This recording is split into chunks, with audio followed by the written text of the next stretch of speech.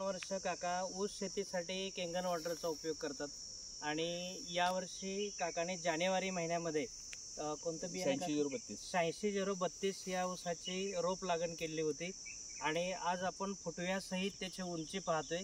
एकही फर्टिलायझरचा कणाचा उपयोग न करता केवळ केंगन वॉटर मधील 9.5 पाण्याचा आणि 11 पाण्याचा उपयोग शेणखताचा सेंद्रिय खताचा उपयोग करून ही लावण खूप सुंदररित्या काकाने तयार केली। तर काकांच्याच तोंडून आपण त्यांचे काही शब्द ऐकूया।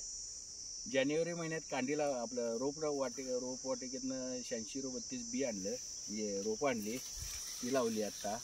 आणि आज म्हणजे जानेवारी फेब्रुवारी मार्च एप्रिलच्या 26-27 तारीख 22 तारखेपर्यंत ही असली पोझिशन आहे।